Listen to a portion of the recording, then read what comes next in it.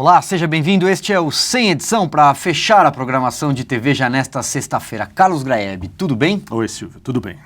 Vamos começar o programa falando de petróleo, Graeb. Petróleo. Pois é, Ouro negro. A queda no preço do barril de petróleo, que agora vale $30. Eu já passo a bola para você, né? A gente vai falar muito sobre petróleo e Petrobras. Pois é, Silvio, vamos começar relembrando aquela célebre, clássica foto de Lula e Dilma.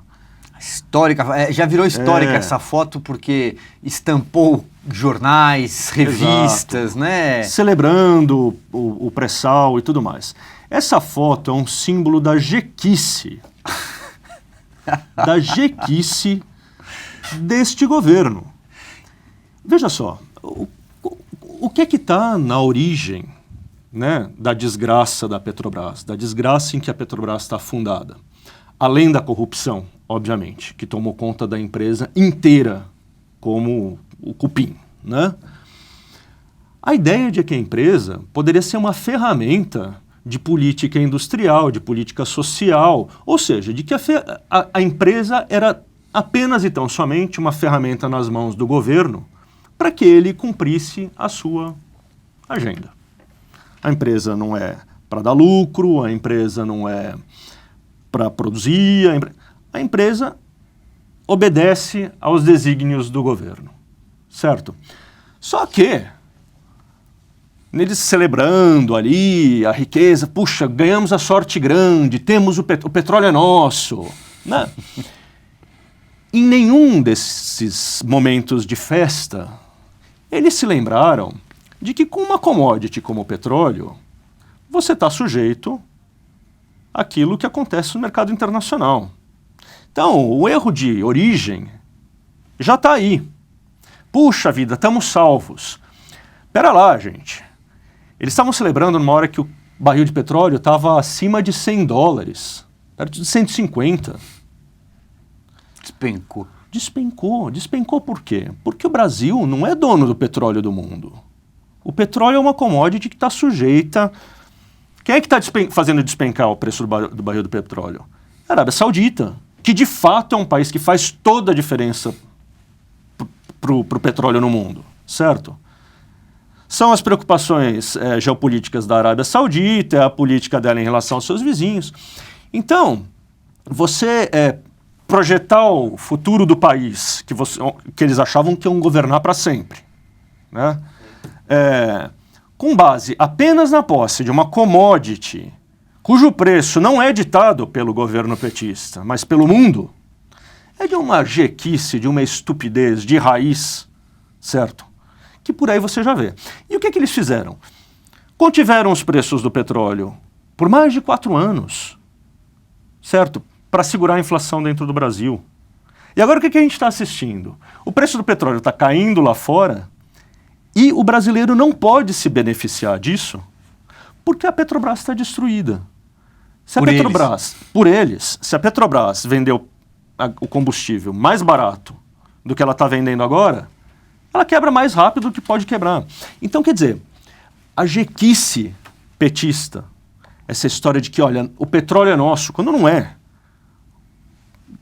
A Petrobras está num jogo do petróleo. É uma empresa grande, importante, mas está num jogo que não é controlado pelos petistas. Essa jequice, essa coisa de é nosso e nós vamos fazer o que a gente quiser com isso, tá no núcleo, né, da miséria em que a Petrobras está mergulhando. E daí, essa foi uma semana também pródiga de números mostrando a catástrofe, né, Silvio? Vamos a eles. Enquanto a gente separa, inclusive, a foto para mostrar de novo, que essa foto vai entrar para a história, né? A legenda já está pronta, né? Hashtag jequice. Seguindo, Graeb, bom, foi a semana do anúncio do plano de desinvestimento da empresa, Desinvestimento. Né? São 32 bilhões cortados do que seria investido, né, até 2019. Exatamente. E também a semana que começou com o anúncio, né, de que a Petrobras deve mesmo vender parte da empresa, parte dela, da Braskem Petroquímica. A Petrobras detém 47% do capital votante e 36% do capital total. E a Odebrecht, que é a controladora e está mergulhada na Lava Jato, tem a preferência de compra. Exato, e provavelmente não terá condições de comprar, né? Qual que é o endividamento da Petrobras? É de mais de 500 bilhões de dólares. Mais de 500 bilhões de dólares essa empresa tem de endividamento. Acho que é a única cifra que compete com as cifras da Lava Jato. Exatamente. Até porque foi de lá que saiu. Não está conseguindo produzir tanto quanto deveria. As previsões de produção estão sendo revistas para baixo. Está com problemas de geração de caixa terríveis, certo? Então não tinha mesmo como manter os planos megalomaníacos de investimento para os próximos anos. Tinha que cortar. Além de cortar os investimentos, precisa vender coisa para fazer caixa e pagar o serviço da sua dívida, que é de meio trilhão de dólares. Nossa Senhora. Então, precisa vender a Braskem, provavelmente vai ter que vender outras empresas também. Pois hoje, sexta-feira, uma notícia que eu li há pouco na Folha de São Paulo, no site da folha.com, o diretor financeiro da Petrobras, Ivan Monteiro, anunciando a contratação de um banco para avaliar a venda da Transpetro, que detém uma frota de 54 navios, a maioria é dela, alguns outros são alugados, mais os terminais, né? Ou seja, vai ter que vender mais coisa, como você disse, para fazer caixa. Tudo que não for ali o núcleo duro da petrolífera, né? Tudo que forem serviços associados, como, por exemplo, Transpetro. Né? Ou mesmo a petroquímica, que é a Braskem, aqueles ativos que forem valiosos e que possam ajudar a Petrobras a atravessar essa fase difícil de endividamento muito alto, né, e caixa com dificuldades, vai ter que ser vendido. Então, assim, o sonho de grandeza do petismo com a Petrobras se desfez. E isso é triste, né? Porque é uma empresa que realmente é importante para o Brasil, que realmente é uma empresa que tem muitíssima coisa valiosa, é uma empresa que sabe fazer pesquisa, é uma empresa realmente que está entre as melhores do mundo em muitas coisas. Atravessando esse período de catástrofe puramente por má gestão. Foi tomada politicamente, loteada entre os principais partidos da base, os partidos do petrolão, e usada como duto de propina para financiar um projeto de poder. Exatamente. Tomada política e ideologicamente. Ou seja, não foi vista como empresa e foi vista, sim, como ferramenta para enriquecimento do partido, né? Pois para usar as palavras de célebres delatores do Mensalão, a corrupção foi institucionalizada, né? Até como forma de governança. Grebe, seguimos falando um pouco de política, vamos falar de PMDB? Vamos lá. Bom, falar de divergência interna e briga dentro do PMDB quase que não é notícia. A notícia seria se a gente dissesse que não houve briga no PMDB neste mês, nessa semana, não há divergência entre as alas. Mas essa briga interna, e você tem alguns aspectos aí a ressaltar, né, indicam, sinalizam que o impeachment pode ter arrefecido internamente, né? E aí tem o papel do Michel Temer que você comenta. O que eu acho que é importante de observar do que aconteceu dentro do PMDB nesta semana, né? O Michel Temer, presidente do partido e vice-presidente da República, e candidato a suceder a Dilma, caso ela seja empichada, né? O herdeiro natural da coroa. O herdeiro natural da coroa, exatamente. De repente, teve que correr para salvar a sua posição de presidente do partido. Ele se viu acossado dentro do próprio PMDB. Tem um movimento forte lá dentro para que, na convenção que acontece em março, ele perca a cadeira de presidente. Para o grupo do Renan Calheiros, ou para um grupo que está se formando em torno do Renan Calheiros, certo? Então, quer dizer, se o PMDB tem um vice-presidente da República, que seria o herdeiro natural, como você bem disse, certo? Mas trabalha internamente para enfraquecer esse herdeiro natural, o que é que isso quer dizer? que o PMDB não está mais interessado, pelo menos momentaneamente, no impeachment. Eu acho que é uma conclusão lógica desse processo de desgaste do Temer lá dentro. E nesse processo tem algumas pedras se movem no tabuleiro, né? Por exemplo, o Renan fechando ali uma aliança com o Eunício Oliveira, com o senador. Por quê? Porque o Eunício quer ser o sucessor do Renan Calheiros na presidência do Senado, né? O Pisciani fazendo uma jogada pró Renan Calheiros, porque é uma forma de trazer uma liderança do calibre do Renan Calheiros para ajudá-lo na manutenção da liderança da bancada na Câmara, que ele que já caiu, já voltou, porque o Eduardo Cunha resolveu brigar com ele, enfim, não são mais aliados. Então é um xadrez ali bastante complexo, mas as pedras realmente estão se movendo, ou pelo menos alguém já colocou a mão na pedra, assim, naquele momento você coloca a mão na pedra antes de se movê-la. Estão se movendo e no sentido de fazer do PMDB um partido mais governista neste começo de ano, certo? E nesse sentido, o Pisciani, o Renan são muito mais palacianos do que outros Eduardo nomes aí, Cunha, né? E do que o próprio Temer em dado momento, a carta, certo, a carta. E quando ele sentiu que realmente a cadeira poderia ser dele, né? Exatamente. Então, o que eu acho que é relevante nas movimentações que ocorreram nos últimos dias é isso. Mostra um PMDB que, pelo menos momentaneamente, a gente nunca sabe o que vai acontecer se cair uma pedra, um pedregulho da Lava Jato na cabeça do Renan, enfim, não sabemos. Mas momentaneamente é um PMDB que pende mais para o governismo e que deixou contra a parede o Michel Temer, atacando o espaço que sempre foi, quer dizer, sempre não, mas que há muito tempo é dele, que é o espaço da máquina, do controle da máquina partidária. É interessante o que está acontecendo. Interessante. Uma última notícia dessa sexta-feira do PMDB foi a oficialização da saída do senador Ricardo Ferraço do Espírito Santo. O destino dele deve ser o PSDB. O Ferraço alega, e ele fala isso abertamente, que o motivo do rompimento dele é o fato do PMDB não querer se afastar da Dilma, não querer desembarcar do bloco de apoio ao governo e entregar os ministérios. Parece que a leitura dele coincide com essa que a gente está falando. Exatamente. Está vendo um PMDB governista demais para o gosto dele. Exatamente. Greve, vamos ao assunto 3, então, do Sem Edição. Vamos falar dos protestos em São Paulo, em outros lugares também, mas especialmente aqui em São Paulo, contra o aumento da tarifa de transporte público, que passou de R$ 3,50 para R$ 3,80. Bom, quando a gente fala em protesto em São Paulo, em movimento Passe Livre, a palavra que vem na sequência é Black Bloc, aqueles mascarados, vândalos selvagens que deixam um rastro de depredação pela cidade. Eu tenho aqui alguns números, Grebe, antes de você comentar.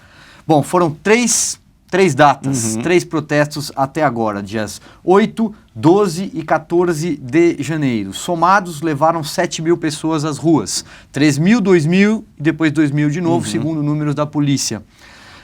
38 pessoas foram detidas, 12 carros foram destruídos e 2 estações do metrô danificadas. Bom, número de participantes pequeno. Pequeno. Certo. Pequeno. O que mostra que dificilmente desse grupo de manifestantes ou deste movimento virá algo como o que aconteceu em 2013, certo? É muito improvável, né? É muito improvável que isso ganhe qualquer dimensão maior nesse momento. Se você acompanhou, como eu sei que você acompanhou, né, as redes sociais nos dias das manifestações, no dia da manifestação dessa semana, né? Você vê que as pessoas estavam dizendo, olha, dessa vez a manifestação não faz tanto sentido, porque o aumento que estão propondo é mais baixo do que a inflação. Quer dizer, mesmo quem poderia estar propenso a abraçar a causa da redução da passagem, já não vê uma razão tão clara para as passeatas. Né? Em segundo lugar, tem a clara identificação do movimento Passe Livre com os Black Blocs. Eu acho que dessa vez ficou quase que impossível não tem como separá-los. separar, né? Nas outras, ficava aquela dúvida. O Passe Livre adotava uma atitude um pouco ambígua, né? Eles nunca diziam que eles eram pró-Black Bloc, como não disseram agora, mas também nunca condenavam explicitamente as depredações dos Black Blocs, certo? Então tinha ali uma simbiose meio esquisita. Agora que a manifestação foi pequena, ficou claro, os dois vão sempre para a rua juntos. É lógico. Ficou clara a ligação umbilical, certo? E eu acho que isso também ajuda a afastar as pessoas de ir para a rua. Então, é mais um grupo que tenta, né, ganhar as ruas, mas que já está carimbado e que dificilmente vai conseguir atrair aquelas manifestações espontâneas e volumosas, né, que surpreenderam todo mundo de 2013, em 2013, né? Eu queria fazer uma última observação sobre as passeatas. É um absurdo qualquer passeata, qualquer liderança de passeata que se recuse a combinar o roteiro previamente, certo? Tudo bem, a lógica desses caras é essa mesmo. Não, nós queremos bagunçar a cidade para atrair atenção para aquilo que a gente está reivindicando. Mas não é assim que funciona, certo? São Paulo é uma cidade gigantesca. As pessoas têm o direito de saber como é que elas vão sair do trabalho e chegar na casa delas, onde elas podem ter problemas para resolver, onde a família delas está. Inclusive porque os protestos ocorrem, né, são marcados em artérias da cidade. Exato. Né? Consolação, Paulista, região de Pinheiros, Faria Lima. Ou seja, naturalmente eles já conturbam a vida da cidade. Eles querem ainda incluir um grau acima, que é imprevisibilidade. Que é imprevisibilidade, aí não dá, certo? Eles estão absolutamente, não tem razão nenhuma de fazer essa exigência e o poder público tem toda a razão de impedir que uma manifestação que não diz para onde vai, saia às ruas. Dito isso, o poder público continua fazendo mancada na maneira como reprime ou controla, né? Apesar de tudo que se falou sobre a necessidade de treinar policiais que vão para a rua, que vão para a linha de frente, eles sempre acabam saindo um pouco quando não muito, né? Daquilo que seria necessário para controlar o movimento. Esse é um ponto que eu queria colocar para a gente debater, Graeb. 2 pontos para falar a verdade, mas vamos começar por ele então. Bom, a polícia é obrigada a agir para reprimir os protestos, para reprimir os vândalos que saem quebrando tudo. Aliás, aí tem até um aspecto curioso, né? Porque quem anda de ônibus não quebra ônibus. Tem algumas imagens bastante aflitivas para você acompanhar daquele cidadão que esconde o rosto, obviamente que ele não vai mostrar a cara porque ele não está fazendo a coisa certa, arrebentando o ônibus, obrigando as pessoas a descer do ônibus, obrigando as pessoas a descer do ônibus. E aí fica a pergunta, essa é uma pergunta importante. Por quê? Porque quem anda de ônibus não destrói o ônibus. Bom, seguimos.